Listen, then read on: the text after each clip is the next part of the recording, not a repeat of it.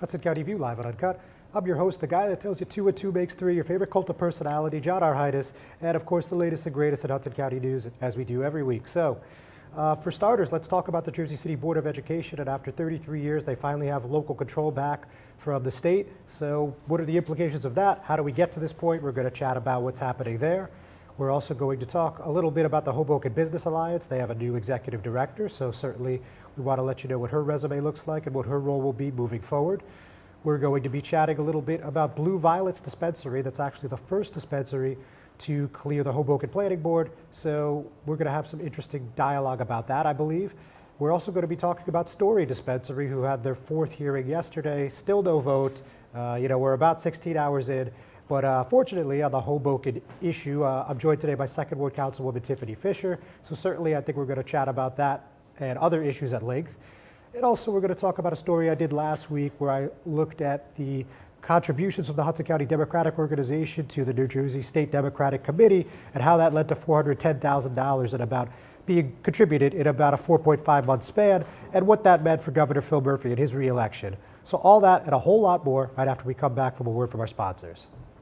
Burns Brothers Memorials, Monuments, and Markers, 787 Tunley Avenue, Jersey City. Hudson County's only monument maker, serving all faiths and cemeteries. Design, studio, and launch inventory on site. Cemetery inscriptions and custom orders welcome. Burns Brothers Memorials, Monuments, and Markers, 787 Tunley Avenue, just south of Secaucus Road. Craftsmanship that will last for all eternity. Burns Brothers, Jersey City, Albert H. Hopper, North Arlington. Visit us on the net. Hi, I'm Elisa Cintron with some good news. The North Bergen Pool Complex is open. Let's go check it out.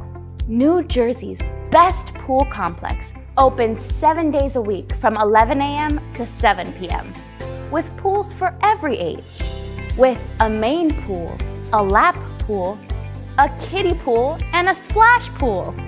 The pool complex also has concession stands with tables and benches and lots of shaded areas, with basketball and volleyball courts, changing room with lockers, and lots of fun. North Bergen pool memberships starting at $165 for the season, $95 for seniors. For more pool information, scan this QR code with your phone. I'm Elisa Cintron, and I'll see you in the pool.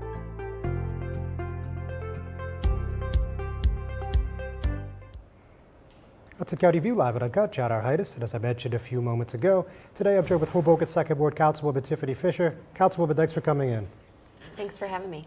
Sure. So I know Hoboken Business Alliance is an organization you've worked closely with, and we got a new executive director, and Roxanne early, and you announced that yesterday morning. So just tell us a little bit about why you thought she's a good fit and why you think this is a benefit to the HBA and the city as a whole. Yeah, so first of all, the HBA we've been working on this is the 5th year. We started the process back in 2018. It was one of the first things that Mayor Bala got behind.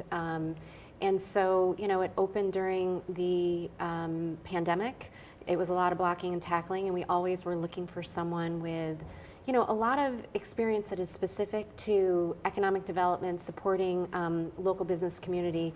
And, we performed a search, and Roxanne just elevated right to the top. She comes from New York City, where she worked in the small business department for the city of New York, overseeing 76 special improvement districts. So we're really looking to hopefully leverage all of her, all of her experience, everything that she's seen, and bring like fresh eyes, fresh ideas into our Hoboken economy. So really, really excited about her.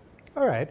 Now, if I'm not mistaken, their predecessor didn't last very long. It was only a couple months, I believe. So what do you think happened there? You know what? He just left for personal reasons. It was a big trip across the United States. He came from Santa Monica. We were all very hopeful that it could work out, and he just let us know that it was for personal reasons. It wasn't working out for him. So the HBA actually was able to put in a temporary person in the role, a vendor that they had been working with that kind of oversees the operations of the HBA. He's done a great job. His name's Dan Ackerman. The company was CDS. This is what they do in a lot of special improvement districts. And he really drove a lot of the progress of the HBA over the last year. He's staying on through this transition, so we have kind of 2 really active people, focused on our improving our local economy. It's great. It's a very exciting time for Hoboken. All right. very rarely a boring time, but nonetheless. So let's talk about cannabis. Let's get into it. So let's start with Blue Violets first of all. So they got their approval last week. Fairly expected, but you know, to you, the dismay of yourself and others, obviously you guys tried to challenge the timing of the application. It didn't work out.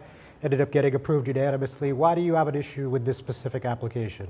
You know, I have an issue with this application really because my view is it violates our local cannabis laws.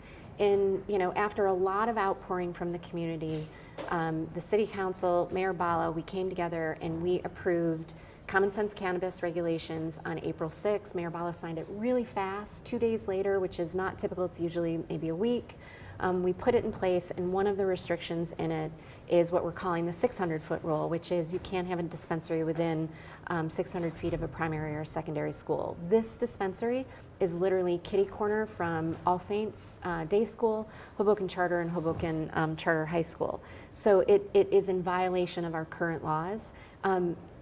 This applicant actually didn't apply to the Hoboken Planning Board until a day after our laws went into effect.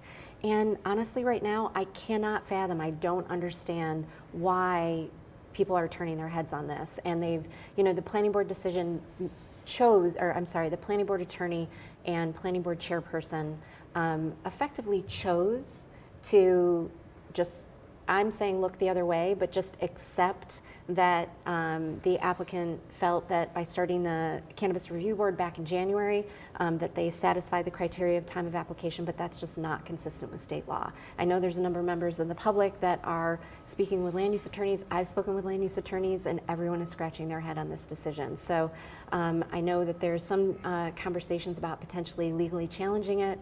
I don't know what's happening. It's not something that's being led by me. It's being led by members of the public, so we'll see what happens. Yeah, it seemed to me, as you know, I wasn't there, but from what I read and what I heard, it sounded like that they were just like their grandfather did and it's fine, something to that effect. Yeah, it is. And, you know, at the end of the day, the public relies on us to uphold the laws, right? I've spoken to a number of people and, you know, they're like, why are you challenging this? And, you know, I give the example, would you want a 24/7 bar like at the base of your building? And everyone said no. And I'm like, well, that's great. We have laws. The planning board enforces those laws or upholds those laws. The city council upholds those laws. This is one of those laws. All we're trying to do is uphold the law. All right.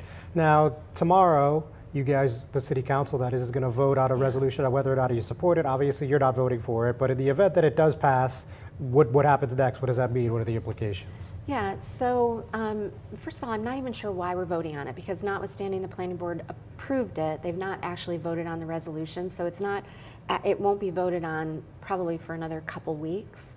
So personally, I think we should just delay our vote until after the planning board approves it by resolution at the next planning board meeting, give the opportunity to really vet and understand this time of application issue. So I'm gonna, you know, make a motion or ask my colleagues to just delay this vote. There's no urgency on our part. If it does for some reason pass tonight, it's just another step forward for this dispensary to be able to make their application successfully, you know, with the state, and a step closer to getting their state license. All right, very good, Councilwoman. Don't go anywhere, ladies and gentlemen. Don't go anywhere either. We just have to take another break from our sponsors. See you in a minute. Stevens Jersey City Ford, certified parts and service located at Route 440 and Communipaw Ave, is your #1 source for Ford and Lincoln automotive needs. We use certified Ford Motorcraft products to keep your Ford running in top shape. Motorcraft parts are backed with the Ford warranty, which includes a 2-year unlimited mileage guarantee. Our team will have the right Motorcraft part to ensure the best performance from your Ford or Lincoln. You can order in person at the parts counter or online. Let us help keep your Ford or Lincoln in the best shape at Stevens Jersey City Ford.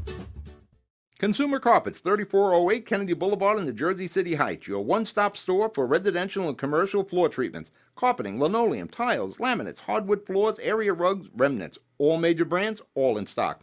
Free estimates, same-day installation. Consumer Carpets, it's savings, selection, installation. Credit cards and debit cards accepted. Financing available. Consumer Carpets, price to fit your budget, installation to fit your schedule. On the net at consumercarpets.com. Consumer Carpets, Jersey City, 201-792-2712. Hudson County View live and Uncut. John Arhitis, and I'm still here with Hoboken Second Ward Councilwoman Tiffanie Fisher.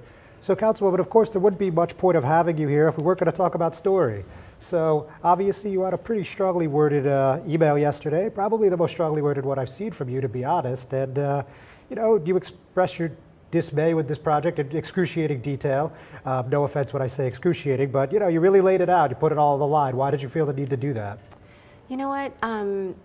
The specific issue is very local to my ward as a starting point, right? It is a dispensary in the middle of the most, or proposed dispensary in the middle of the most densely populated residential area, arguably in the state. So that's kind of the starting point. But what we've watched unfold from beginning to end on this is really the political influence behind this one. And I think what we're learning along the way, examples in Jersey City, examples in other areas, is cannabis seems to be following the path of casinos way back when, which is it's really just about enriching, elected officials and their friends. This one in particular, as I pointed out in my note, Mayor Phillip's wife is the co-owner of the property, which means that they're going to be charging rent, and rents can be either a flat, small, fixed rent, or it could be a percentage of revenues. That's the way retail leases work, but there's a lot of hands behind this. Every single lever is being pulled to make sure that this application gets approved when it snuck in, and there are very few people in this community that want it. So it's been very frustrating every step of the way, and I just felt like, we need to shed light on what's happening here because the public is at a disadvantage. So on the other side of the coin, of course, there are people that defend it, right? And we even heard from Mayor Bala's office, like, look, this thing passed like 3-1 almost, the cannabis referendum in Hoboken, and this is all legal. The council had a chance to make it illegal, and they didn't do it. And basically, their application follows all the rules and regulations, and it's up to the cannabis board and the planning board and the council. So obviously, you don't agree, but what do you think of that take? So a couple things just to unpack that. First and foremost, keep in mind that the administration is very supportive of Mayor Phillip and his potential gubernatorial run, and we know that. And we know that because he's been a guest speaker at Mayor Phillip's Super PAC fundraiser that he had. And by the way, I'm a huge fan of what Mayor Phillip has done in Jersey City, et cetera. This is an unfortunate, clashing around an issue that's very important to my constituents. But I disagree with some of the commentary there. The mayor of Hoboken should be standing up and supporting its residents, not supporting an applicant, especially not one that is being sponsored by an elected official. When we passed the when we passed the original ordinance last summer, one of the things in that ordinance that people I think are not as aware about, but the number one thing in that ordinance is the cap was lifted. We went from having a cap of 3 potential dispensaries in our town to unlimited in that ordinance. So this mayor, has he come out and said that he supports unlimited dispensaries? He didn't do his job either last summer, right? He didn't catch that. He didn't catch that this small district potentially got added illegally. Actually, there's a chance that we can challenge that ordinance. But for him to just say that, those are just talking points, and he's just trying to wash his hands of his responsibility to his constituents in Hoboken.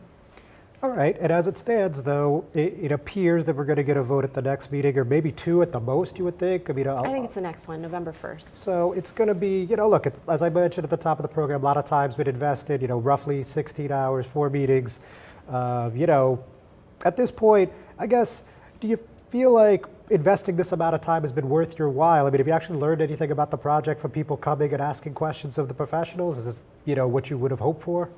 Yeah, it definitely has been worth the fight, and I'm not fighting this alone. We have a core group of about 100 people that put their hand up that are more active than other people that are against it as well, but just kind of this core group. We've had anywhere between 30 and 50 people at every single one of these meetings. Last night, kind of last minute, we had about 35 people again there, and we are learning along the way. What we're learning is that the entire project was put forth, the application was put forth both to the county and to the Hoboken Planning Board on a document light process, on a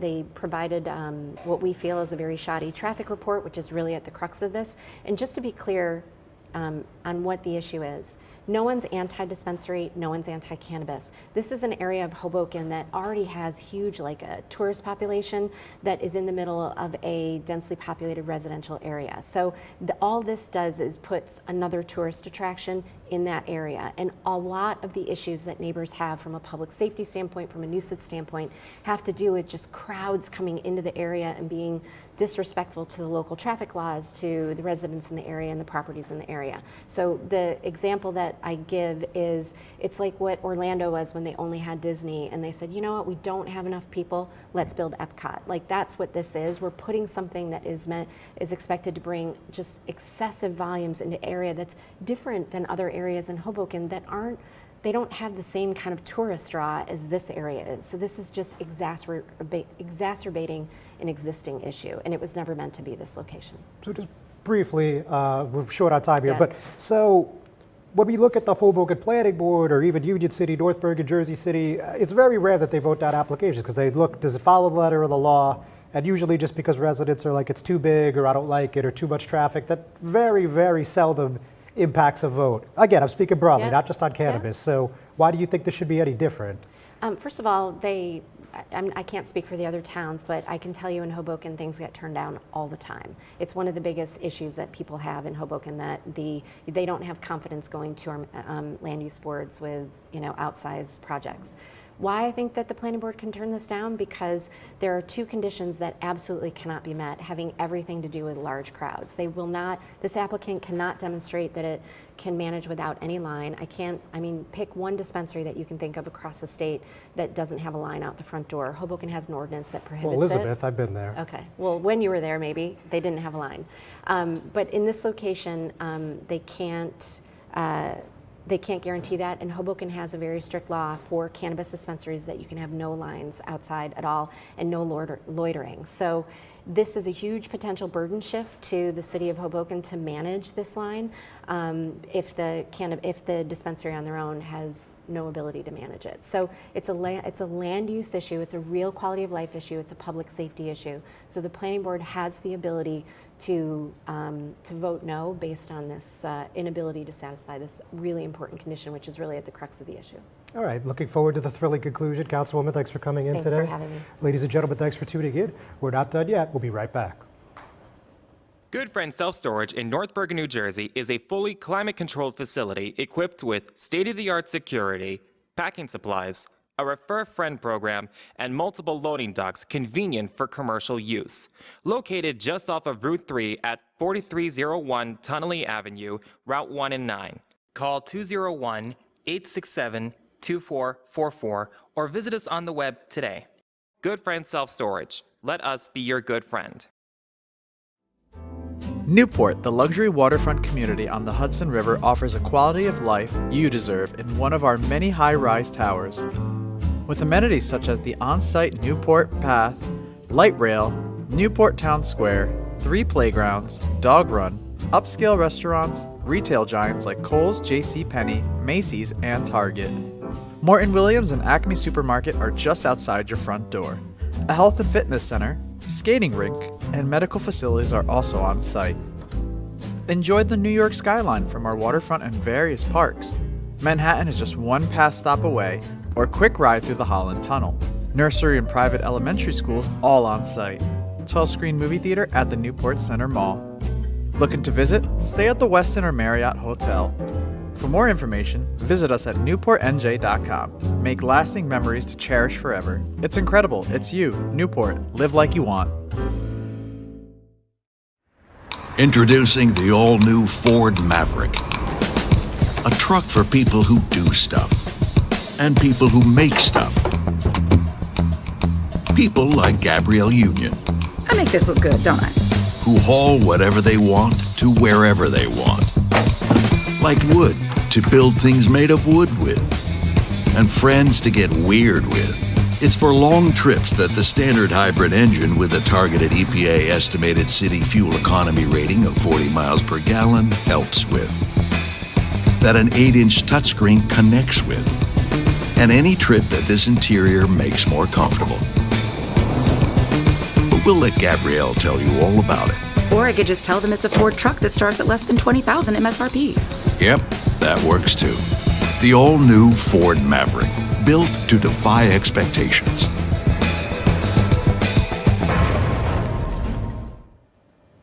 Hudson County View live at Uncut, John Arhitis. So let's talk about a little bit about the Jersey City Council caucus from last night.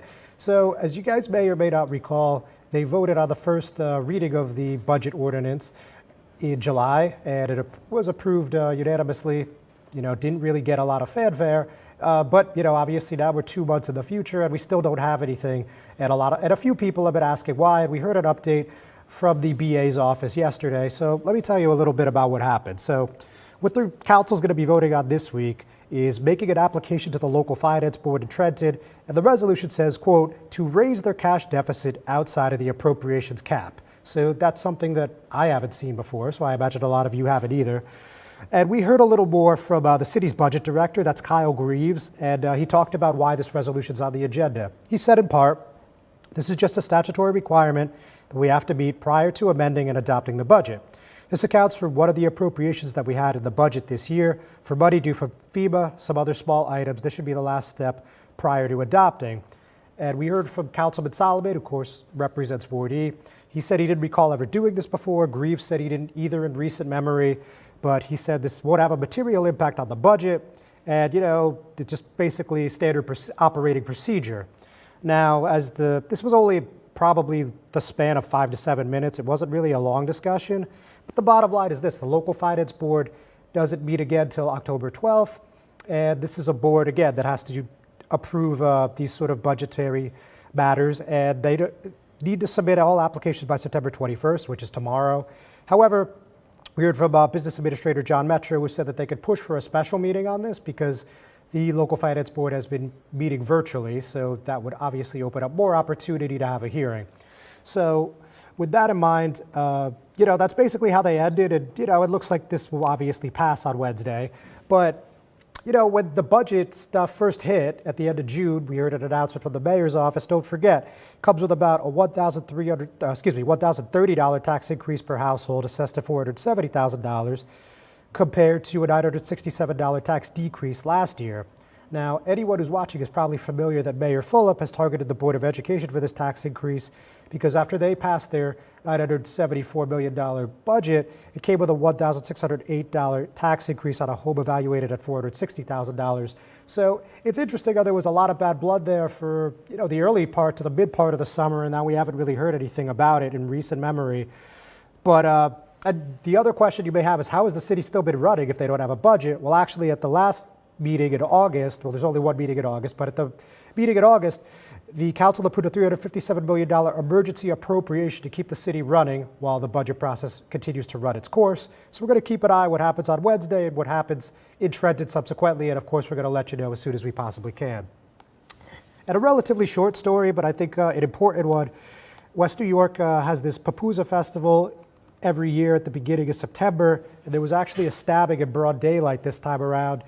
And while it's often difficult to make contact with them when it comes to police matters, I got this through an Open Public Records Act request, and they gave me the computer-aided dispatch reports, which you probably know as the CAD. And the bottom line is this: September 4th, West New York PD received a call about a stabbing near the intersection of 59th and Madison Streets around 2:20. The victim was stabbed in the lower back and was having difficulty breathing before being transported to the Jersey City Medical Center. And the attacker fled in a gray Hyundai that had no license plates and remains at large. So they have a witness statement regarding a potentially related aggravated assault, and a bloody T-shirt worn by the victim was recovered at the scene. At least 2 other people witnessed the attack, and 1 person tried to fend off the attacker with a stick. So obviously that's a pretty unusual and kind of shocking situation. So just wanted to bring that to light. And finally, before we get to the next segment, our final segment, just want to talk about the Jersey City BOE now, once again, has local control. As I've noted in the story, this is something that we've talked about many times over the years. October 7, 2015, June 5th, 2017, October 18, 2018, we saw the school board or other officials announcing, yes, local control is back, but believe it or not, they didn't actually receive local control until last week. So this was a unanimous vote by the New Jersey Department of Education Board. And the long story short is really right here from the acting Commissioner of Education, Angelica Allen McMillan. She said, Jersey City Public Schools has demonstrated through the scorecard of the Comprehensive Accountability Office reports that it has met its objectives and benchmarks and is poised to assume full local control. So we're going to take one more break. We'll be right back. Panapinto Properties, Jersey City, shaping the workplace with state-of-the-art office spaces and addresses your company desires. Building residences that define your home environment, adjacent to all modes of transportation with on-site parking available. The right address, the right lease. Call 201-521-9000 or visit online at panapintodevelopment.com. Panapinto Properties, building Jersey City for everyone. Hudson County View live at Uncut, shout out Hiatus. So you guys may recall last month I did another Oprah request that got us police body camera footage from the Caucus Police Department. It was a bomb scare. Fortunately turned out to be nothing. But as they were investigating the area, a canine with the department actually discovered a whole weapons cache. And what I mean by that was 38 guns. If I'm not mistaken, that was 11 rifle-style guns and 27 more standard handguns, all in a closet in an administrative office. So obviously that's pretty unusual, not something you see every day. And as you guys who watched the video saw, that was not exactly for a hunting trip or anything like that. Now, finally, the police report has come out, and we've seen that Jan Moshi, who is, of course, the head of the hospital, he's actually the chairman of the HRH board, knew about it along with a few other officials at the hospital. So why this was allowed to happen, why this was even a thing, I mean, still remains kind of murky, but there was a scheduled court appearance for their marketing director, who was the one charged in this incident on Monday. So obviously when we get some more details out of the courts, we're going to release that as soon as possible. Finally, the other story I wanted to highlight before we let you go for the week is talk about what was going on between September and January between the HCDO and the NJSDC, the New Jersey State Democratic Committee. Now, as I've reported and as I've told you guys before, the HCDO has been in six-figure debt for a number of years. Some of them go back to about 2010. Some of them have been forgiven, like former Mayor Mark Smith forgave $35,000, but they're still in six-figure debt. The first quarter of 2022, they only raised $60.60. Despite that, between September 22nd and January 6th, they gave $410,000 to the NJSDC. Not a small chunk of change, obviously. And according to the ELEC database, they've only made 7 donations to NJSDC in their history, dating back to October 10th, 1989, for a total of $72,511.76. And if you look at where the money came from, it was max donations, which is $37,000 for a county committee, from groups such as the New Jersey State PBA, the New York Hotels Trade Council, Nancy Pelosi's re-election campaign, obviously she's the House Speaker, and even Fair Fight Inc. PAC, which is linked to Georgia gubernatorial hopeful Stacey Abrams. I spoke with Rivovich Institute of New Jersey Politics Director Mika Rasmussen, and he said this is wheeling, which is giving a contribution with an organization knowing they would pass it off to one another. The reason he thinks it is wheeling is because the state committee could only receive max donations of $25,000, and this allowed, of course, $12,000 more. So he said county parties are the only kind of entity that can receive contributions in this amount, so that serves as part of the explanation as to why the funds would pass through the county party. I heard from state committee spokesman Phil Swabinski, and he told me that they were basically happy with this effort, and this is what they've been doing. The long story short is this. He said the NJDSC's Successful Forward 2021 coordinated campaign helps support Democratic candidates up and down the ballot in every county of our state with direct voter contact, digital organizing, and other essential get out the vote efforts. So with that, ladies and gentlemen, gonna call it a week. We'll see you again on Tuesday. Take care.